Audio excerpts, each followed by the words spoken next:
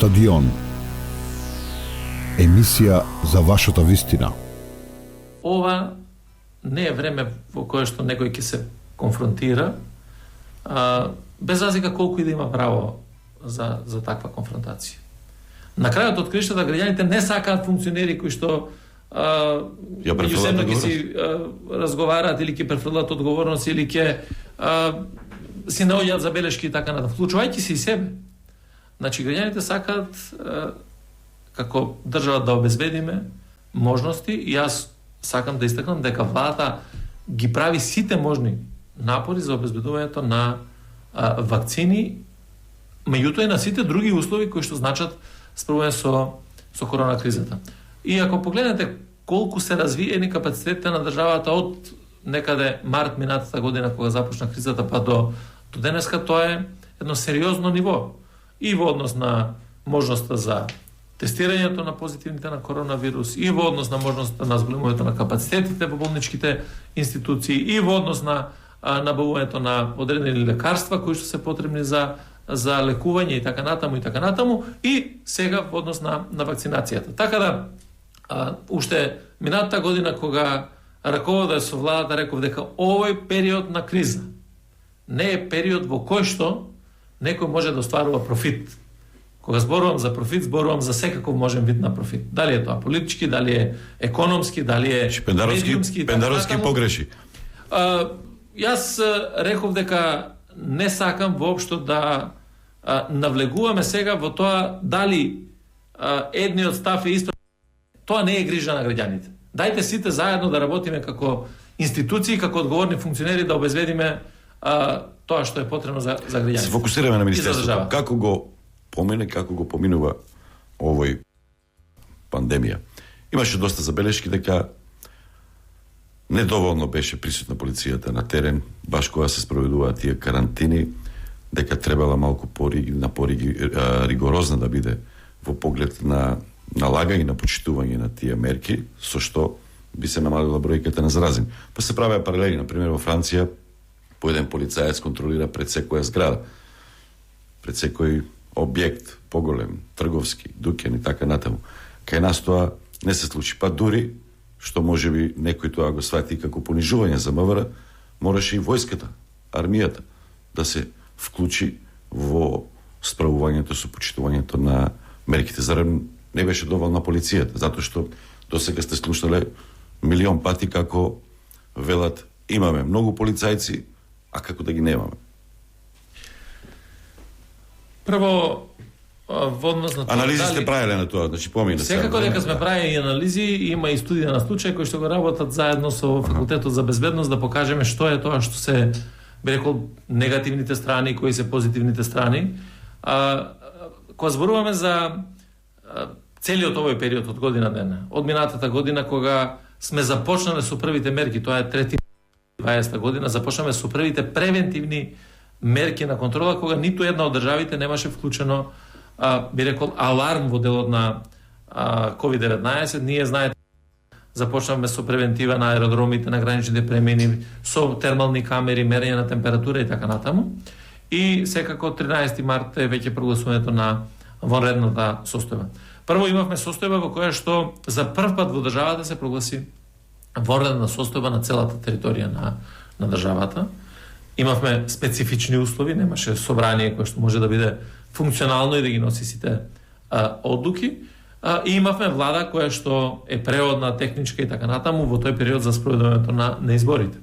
И тоа, кога доаѓаат вакви моменти, нема влада само за спроведување на избори, ќе мора да работите се за да успееме да го постигнеме нивото на заштита на граѓаните, на населението. Секако дека тогаш и јас имав одредени забелешки дека би рекол повеќе беа политички причини зошто полицијата не санкционираше повеќе во тој период, зошто не се... Некој ќе рече Наке Чулеви беше тогаш и тој беше метата, он беше за се крив, за се беше виновен. Го нема Наке Чулев, сега што прави? Не, значи, без разлика, јас и во тој контекст разговарам на таа влада и тие политички причини кои што очигледно беа од таа страна како механизам, не знам, од додворување према граѓаните и така натаму. И ако погледнете статистички, ќе видите дека од септември месец 2020 година двојно премуваат казнувањата во однос на мерките на спроведувањето на COVID-19. Тоа е првата работа. И тоа може да биде проблематично. Второ, не може, знам дека се може да биде проблематично. Во време на криза уште повеќе го притиска. Ако нема, да, меѓутоа еве како поставувате прашање на почетокот. Вие поставите прашање се зошто е проблемот да не се казна.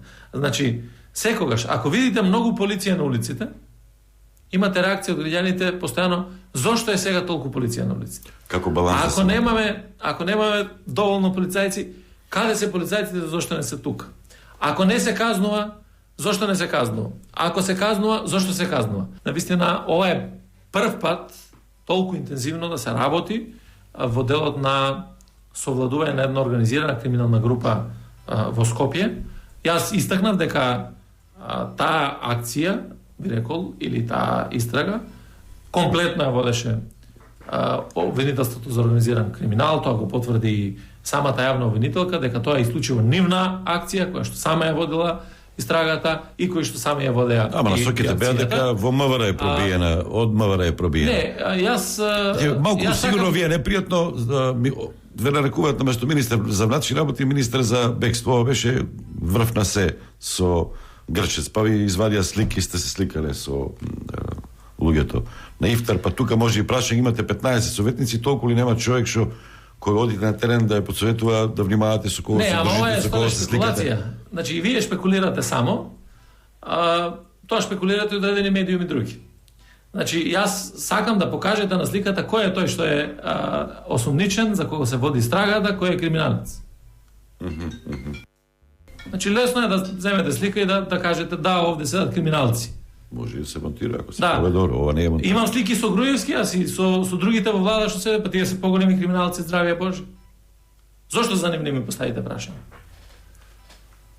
Зошто за нив не ми поставите прашање? Тие се политичари, со нив мора да се дружите. Не се политичари. Не, тие не се политичари, тие се криминалци, се докажани криминалци. Значи, а во однос на било какви слики, значи, треба да се покаже кои се тие луѓе, кои што. И на крајот од кривичната. Па и со вас седам, ако направите кривично дело и ве апси полицијата, треба да ми кажете зошто се седеле со Столен Умов. Не, или со било кој друг. Битно е да немаме селекција во работењето. Битно е секој еден кој што ќе направи кривично дело да носи одговорност. Битно е секој еден кој што учествува во било која организирана кривична група да носи одговорност за една. Имаше зјадливи коментари за Спасовски лесно ќе му биде да распише потерница, ги знае како изгледа. Не, до сетките разни пишувања и така натаму, тоа се симпатични за јавноста, пишувања, нели? Има интересни твитови. Социјални мрежи на твитови и така натаму. И тука немам јас никаква забелешка. Луѓето се креативни во овие моменти, може се да пишуваме. Меѓутоа, факт е дека ако ги погледнете и објавените потерници, ќе видите кои се тие луѓе. И второ, факт е дека целосната истрага, реков по потврда на обвинителката, си ја водеше и акцијата комплетно. Знаете што е проблемот, господин Спаски? Јавното обвинителство. Сега имаме премин 2-3 години колку трае таа нова поставена законска поголеми ингеренции, надреденост на обвинителството. Повеќе години. Луѓето се навикнати по инерција, МВР беше све и свја. И сега што е да се случи? Јас тоа го разбирам. Дали функционира тоа? Дали обвинителството е подготвено целосно да го прави? Дали вие, можеби некогаш намерно не соработувате за да се префрли одговорноста? Дали функционира како што треба тоа? Затоа што ние престикавме на систем кој што на запад функционира. Кај нас порано не беше така. Да, тоа е систем во кој што сега доминус линтис на поставката е јавното. Ти секогаш вие за секоја ситуација може да префрлите вината кај рускоска. Не, значи таму каде што се водат кривични постапки, ја води јавниот обвинител. И тоа е законска надлежност. Тука нема кој што да префрли и да не префрли. Секако дека во било која постапка институциите кои учествуваат во ланецот може да настане од еден пропуст. И тој пропуст треба да се утврди каде е настанал, кој го направил и за тоа да се носи одговорност. Затоа ја повикувам често пати. Дајте да имаме одговорност, да знаеме каде е тоа. Значи, многу е лесно да излеземе сега да кажеме да, одговорноста има тој и тој. Треба да утврдиме таа одговорност еднаш за секогаш и да кажеме кој изнел информација, кој ги изнел тие информации. Со име и со презиме, со сектор. Со се живо. Значи мораме да утврдиме максимално што е тоа така. Иначе кога станува за бегства, само да ви кажам, пошто зборуваме за бегства, ние имаме од септември месец до денешниот ден уапсени преку 400 лица кои што се бараат по потерници. Преку 400. Значи преку 400 лица со посебна оперативна акција која што е во рамките на Министерството, со посебна оперативна група која што работи. Значи преку 400 лица кои што се сторители на кривични дела, за кои што била распишана потерница, за кои што со години никој не преземал никакви мерки, се уапсени токму во овој период. Не било информирано во однос на набавката на софтверот, нити пак софтверот е превземан во МВР во однос на функционирањето на целиот тој софтвер. Така да тоа се факти. Сега да кажете дека ништо не знаете за тоа што го направил Рашковски. Да. Затоа што и исто на линија за големо чудо, прв пат на иста линија сте со Наке Чулев, вашиот претходник во тој меѓу период. Не, тоа јас само кажувам на факти. Фактите се тие. А има потреба такво нешто, затоа што не функционира системот. Со софтверот ќе се спаселе животи, Дали има потреба? Има потреба и тоа беше прашањето и на почитуваниот Видимлиски, дека ние веќе во рамките на Министерството за внатрешни работи работеше работна група, направивме сите анализи, потреби кои што се заставање во функција на сефситито, а при тоа да се целосно, би рекол, дигитализира системот на многу време помина, камерите се набавени, камерите не функционираат. Не, видете, камерите функционираат, не функционира. Значи камерите функционираат, тие се набавени уште од времето на Груевски на Мијалков. Меѓутоа, концептот во тој момент не бил концепт за сообраќајни прекршоци. Значи тие ги користеле од управата за безбедност. За шпионажа биле? Тие ги користеле безбедност и контраразузнавање камерите. Сега кој ги користи? Сега ги користи и Бирото за јавна безбедност и Управата за безбедност и контраразузнавање. Градот Скопје има свој систем за надзор. Значи, ние сега сакаме да имаме практично надградба или нов систем кој што ќе значи и можност за сообраќајна контрола. Значи, да го исклучиме човечкиот фактор во контролирањето на сообраќајот, бидејќи тоа покажува низ анализите кои ги правиме за околните држави, за државите од Европската унија и така натаму, дека дава најдобри резултати кога го исклучувате човечкиот фактор, едноставно се преку електронскиот систем, така да во тој дел е подготвено се. Ние ќе треба да се очекува распишување тендер, со информација на влада и после тоа да се спроведе постапка за јавна набавка и ова нема да му го признаете на Рашковски така. Не, јас не сум тука да признавам нешто или да не признавам. Значи, јас само укажувам на факти во однос на набавката. Значи, ако генералниот секретар, односно секретаријат проценил дека имале потреба од таква набавка на таков софтвер, тоа е нешто што ќе мора да кажат кои се аргументациите. Меѓутоа јас кажувам дека кој треба да го направи? Треба Министерството или генералниот секретар? Министерството за внатрешни работи прави анализа и подготвува набавка на цел систем кој што ќе значи контрола на сообраќајето. За Груевски имаше прашање. Груевски рече во емисија кај мене имаме докази, односно знаеме како побегнал, ама немаме докази. Значи пак МВР не обезбедил докази. Тие докази не ги обезбедува Министерството за внатрешни работи. Јас објаснував многу пати Да, се ова е последно што го кажа. Да, знаеме како побегнал. Така значи, па кажете како побегнал. Ако се знае, ако се имаат аргументациите, очекувам кривични пријави и апсење на тие кои што помогнат. Колку време помина од Министерството никој не одговараше за тоа. Односно немаше никаква одговорност, посочување, тој направил пропуст, тамо тој направил пропуст. А кој пропуст имате кога имате лице за кое што не е определено ниту една мерка за безбедност? Никакво задолжение со никаква наредба или решение на судот. Нема слободен човек. Тој бил слободен човек во тој момент. Нека се пара одговорноста да видиме зошто не се обезбедил како личност. И дали е ваша должност заради тоа што е осомничен да внимавате што или ќе навлезете во човекови права? Знаете колку осомничени има во државата? А добро, Груевски не е како сите други. Не, подеднакво сите граѓани мора да бидат еднакви во државата. Точно е дека не е исто ако Спасов избега Игор или Никола Груевски. При проценката на судот односно на обвинителството при барањето на мерките за обезбедување, секако дека тоа има влијание. Позицијата, контактите, меѓународни финансиски средства кои што ги има и така натаму. Ама тоа не е работа на полицијата. Работа е на обвинителство дали ќе процес да се бара обезбедување од едена мерка. Работа на судот дали ќе ја додели таа мерка.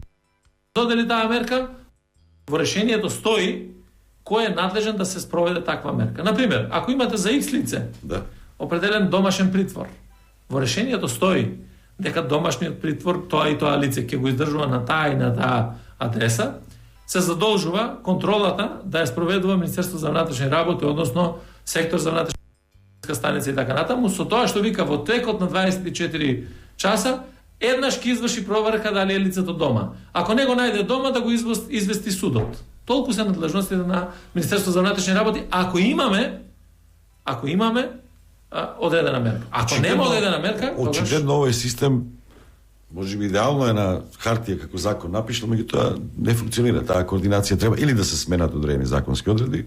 Така е, значи треба иницијативност и вие да покренете. Неколку пати таа иницијатива е неколку пати во овој дел да се консолидира целиот овој систем. Дори да дојде и до одредени законски промени кои што ќе значат поинакво постапување во однос на ваквите осомничени, односно обвинети. Значи сега имаме перцепција во јавноста дека носител на одредена функција, бизнисмен и не знам, добро ситуиран граѓанин и така натаму, тој може да се заштити визави некој обичен граѓанин кој што ќе направи кривично дело. Мислам дека полека, но сигурно се крши таа перцепција во јавноста заради тоа што гледате дека многу од тие така наречени големи риби или се осудени, или во теким се постапки се водат, или се наоѓаат. Имате истражувања, во тие истражувања за доверба на институциите, МВР не стоеше досега многу добро. Секогаш армијата беше горе и црквата. Ако ги погледнете истражувањата во делот на довербата во полицијата, како имидж, значи некаде во 2017 година имавме едва 23%. Добро. Доверба. Денеска таа доверба е 68%. Тоа е огромен. И тоа се факти и бројки за кои што ние разговаравме. Секогаш армијата одела напред за некои проценти, тоа е сосема разбирливо. Меѓутоа, јас апсолутно сум задоволен од тоа што сработивме во изминатиот период и како колегите постапуваат и како се враќа довербата во полицијата. Секако дека постави господин Фуркан Сали прашање за тоа докаде е постапката во делот. Таа е во тек, што ќе заврши постапката, ќе се дојде до имплементација. За двојазичноста, да. Да, за тие полициски станици, односно сектор за внатрешни работи, што исполнуваат услови. Тука може само да ви надополнам едно прашање. Вашиот заменик примаше награди во канцеларија на Министерството од УЧК, односно од ОНА. За тоа имате ли коментар? Тоа беа, нели... Не може приватно во Министерството и тоа јавно да се пласира. Може да си ја прими на друго место. Не, јас укажав на заменикот, меѓутоа секој си носи политичка одговорност во однос на тоа како се постапува во делот на... Тука би се надоврзал и вие, тоа е искрено, почитувате верски слободи, верник сте, меѓутоа во Министерство за внатрешни работи или на друго место јавно кога комуницирате со високи црковни великодостојници, кога им бакнувате рака, нели размислувате дека вие сте министер за внатрешни работи, тоа е дел од државата кој што е одвоена црквата и дека не треба толку да го експонирате тој верски момент.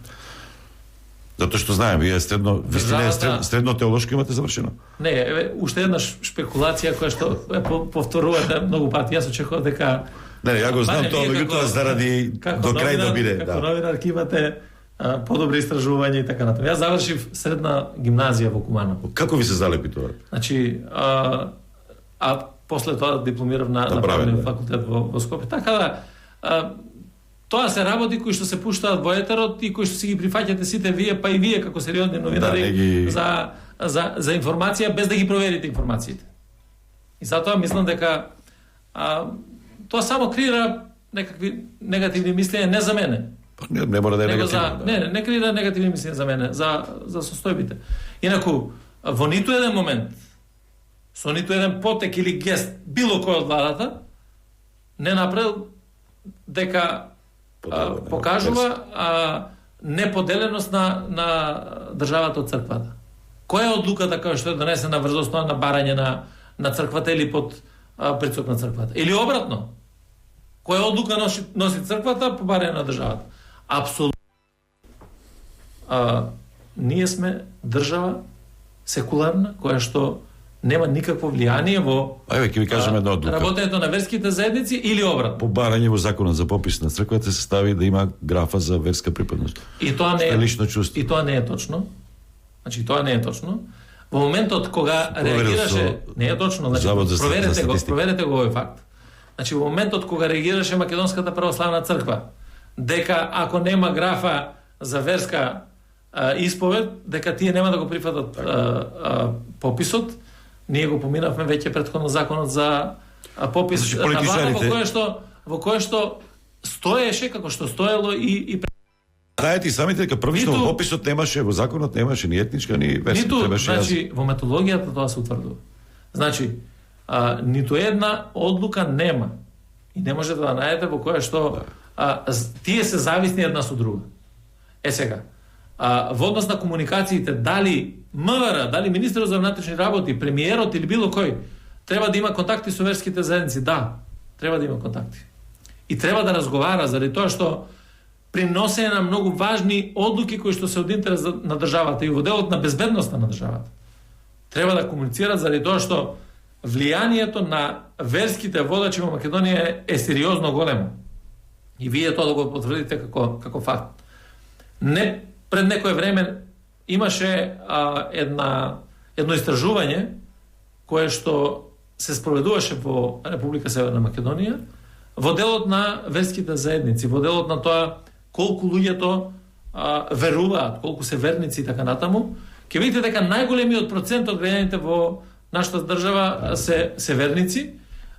Огромна почит уживаат верските заедници, дали е Македонската православна црква, дали е исламската верска заедница во исламскиот свет, дали е католичката црква, протестантската и така натаму, сите оние кои што обстојуваат, тоа е нели богатството на нашата Македонија, да навистина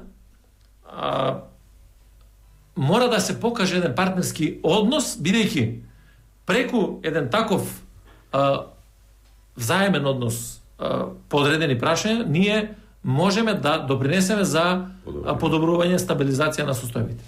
Например, јас и сега планирам да одржам состанок со верските лидери, заедно со министерството. Тие си фактор на безбедност, меѓу другото. Заради тоа што и во услови на оваа пандемија тие се многу важни како ќе се однесуваат и како ќе делуваат. Така да во тој дел нема никаков проблем, може да се доведе во прашање. Знаете, секогаш имате одредена категорија на луѓе кои што се атеисти. И за нив им пречи правото да верувате.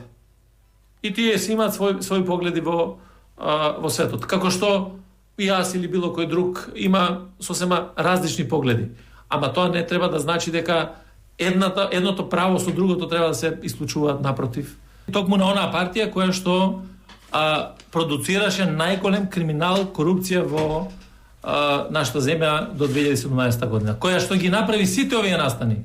И Кумановските настани, и 27 април, и рушењето на човековите слободи и права, и на најдолни основи беше оценета Република Северна Македонија. Кога зборува за насилство врз новинарите, јас да ви кажам дека од 2000 година до денеска нема еден случај кој што не е расветлен за било каков напад врз новинарите, дали е физички или вербален напад. А да го подсетам господинот Ковачки, во времето до 2017 година, додека беше тој режим на власт на кој што и тој му служеше и му служи ден денеска, имаме низа на такви напади, дури обиди за физичка ликвидација на новинари, за кои што апсолутно ништо не е постапено во тој период, не се обезбедени докази и не може да се води никаква постапка. Тоа е првата работа. Второ, во однос на користењето на полицијскиот хеликоптер. Сакам да знаете дека за обични луѓе дека овој одел оплотство во Министерството за внатрешни работи се користи во секоја една прилика кога има потреба за спасување на било чий човечки живот. Значи, ние многу често реагираме ако имаме било каков случај во кој што треба да се пренесе во болница одредено лице, да се бара тоа лице, потера да имам и така натаму, зборувам од хумани причини. Многу често на планинарски тури имаме повреда на практично на планинари преку спасувања.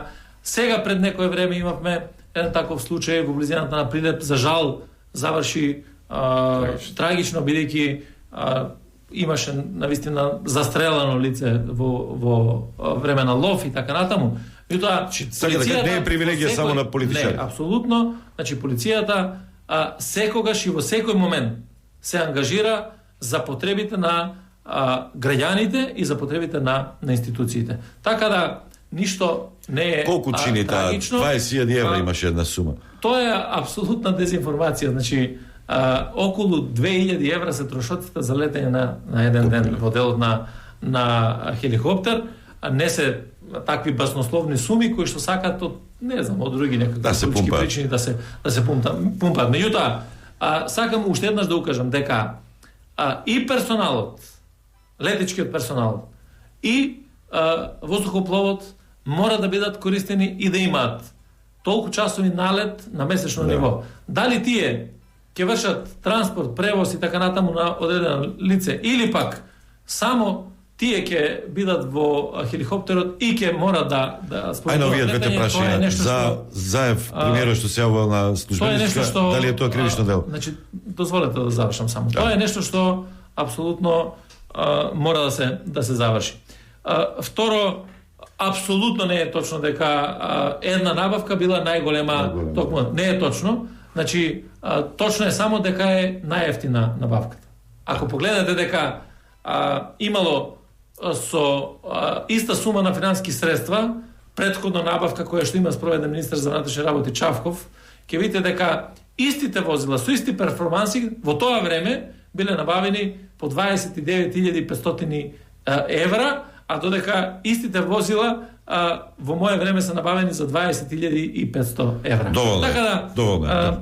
Тоа се апсолутни дезинформации кои што се покажуваат на таа работа. Второ, за сите овие криминалци за кои што зборуваше и господинот Ковачи, Сашо Мијалков, Груевски, не знам и кој се уште друг, тоа е нивен поклоник во времето на владењето и секако се уште нивен поддржувач кој што ги имаме сега, а во овој момент апсолутно нема селективности во постапувањето никаде. И спомна два случаи. Случајот во Вевчани и случајот во Монструм. Дека се постапувало на еден начин во Вевчани заради пандемијата, а овде се постапува сосема на друг начин. Ќе ви кажам, во Вевчани превентивно постапување за да немаме групирање без никакви правни последици. Во Монструм 8 изречени притвори за лица кои што учествува на тој настан, а беа нарушители на јавниот мир. Двете прашања да ги одговориме. Второ, првото прашање, значи јавувањето на премиерот не е јавување за издавање на никаква наредба, заради тоа влезот во државата на лица кои што со авион се вратени до одреден аеродром и влезот во државата во тој момент беше дозволен, иако сега е дозволено секој еден граѓанин на нашата земја која ќе влегува во рамките на нашата земја да може да биде пропуштен за време на полицискиот час. И второ, дали за оној кој што употребил оружје на 27 април е поведена постапка. Не треба да биде поведена постапка. Сашо Тасевски, Љупчо Јаневиќ, Сашо Трајков и Ацо Ангеловски се луѓето кои што практично ја спасија државата во тој момент. Прво, не спасија сите нас, да не убие ордата која што беше насочена и организирана од тогашната власт, се со цел да се спречи примопредавањето на власт. Затоа имаме денеска толку луѓе кои што не само што се во затвор, туку веќе се правосилно осудени. Така да, оној кој што го штител уставниот поредок во тој момент, кој што приминил политички овластувања заради тоа што тој бил внатре како полицаец, не може и во ниту еден момент не треба да одговара. Треба да биде награден затоа што го заштитил уставниот поредок на Стадион. Емисија за вашата вистина.